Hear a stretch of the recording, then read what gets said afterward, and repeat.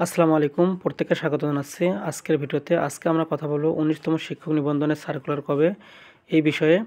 তো ১৯তম শিক্ষক নিবন্ধনের বিজ্ঞপ্তি কবে এই বিষয়ে যা জানালো এনটিআরসি। তো এখন আমরা বিস্তারিত অংশে দেখব যে কি বলা আছে এতে। তো এখানে বলা আছে ১৯তম শিক্ষক নিবন্ধনের বিজ্ঞপ্তি আগামী বছর প্রকাশ করতে চায় বেসরকারি শিক্ষক নিবন্ধন ও প্রত্যয়ন কর্তৃপক্ষ এনটিআরসি। এজন্য আগামী বছরের শুরুতে সভা করবে সংস্থাটি। এরপর বিজ্ঞপ্তি প্রকাশের কার্যক্রম শুরু হবে। বৃহস্পতিবার ৫ ডিসেম্বর এনটিআরসি-এর পরীক্ষা মূল্যায়ন ও প্রত্যয়ন শাখার একাধিক কর্মকর্তার সঙ্গে আলাপকালে এ তথ্য জানা গেছে। নাম অপ্রকাশিত রাখার শর্তে সংস্থাটির পরীক্ষা মূল্যায়ন ও প্রত্যয়ন শাখার এক কর্মকর্তা জানান, নিবন্ধন পরীক্ষায় বেশ কিছু পরিবর্তন আনার বিষয়ে ভাবা হচ্ছে। এই বিষয়গুলো এখনও চূড়ান্ত করা হয়নি, সেজন্য ১৯তম নিবন্ধনের বিজ্ঞপ্তি চলতি বছর প্রকাশ করা সম্ভব হবে না।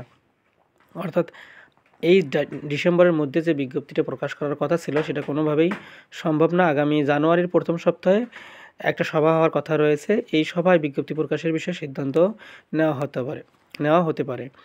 ওই কর্মকর্তা আরও জানান, আমাদের পরিকল্পনা হলো ১৮তম শিক্ষক নিবন্ধনের মৌখিক পরীক্ষা চলাকালীন ১৯তম শিক্ষক নিবন্ধনের বিজ্ঞপ্তি প্রকাশ করা। আমরা সেভাবেই আগাচ্ছে। ১৮তম নিবন্ধনের ভাইবার শেষ দিকে ১৯তম নিবন্ধনের বিজ্ঞপ্তি প্রকাশ করা হবে। তো আপনারা জানেন যে ১৮তম শিক্ষক নিবন্ধনের ভাইবা পরীক্ষা চলমান আছে।